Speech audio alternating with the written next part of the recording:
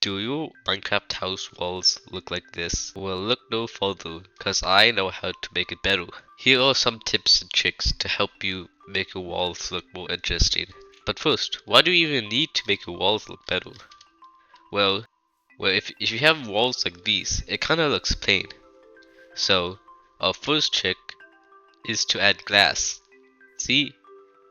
But the thing is, you don't want to add too much or too little glass. Too much glass can make your house be too see-through and make it hard to decorate it, while too little glass would make the window hard to use.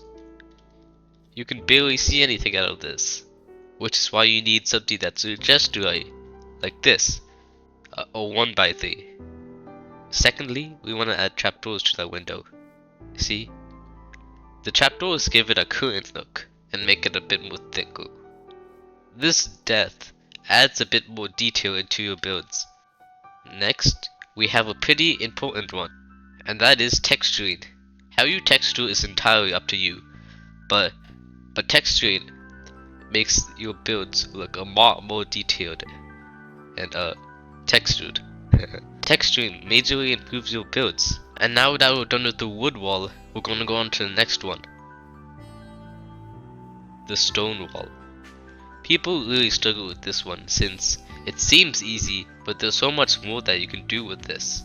Our first thing to do is add some simple texturing. You don't want to go too overboard like this, as it's going to be hard to build and make your walls look crowded. Which is why I recommend using 3 to 4 blocks to texture your builds. All of those blocks I just showed you on the wall, like andesite and gravel, can also be used when texturing with stone. Our next one is an optional task, but that is to indent your walls.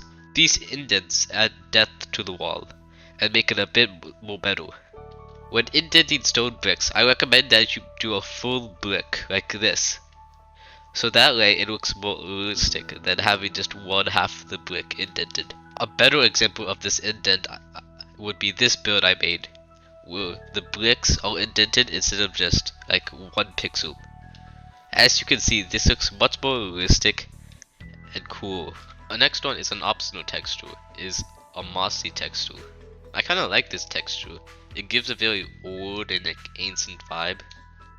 Our final lesson is bases. You know how people put cobblestone on the bottom of the walls? Yeah, that's a base.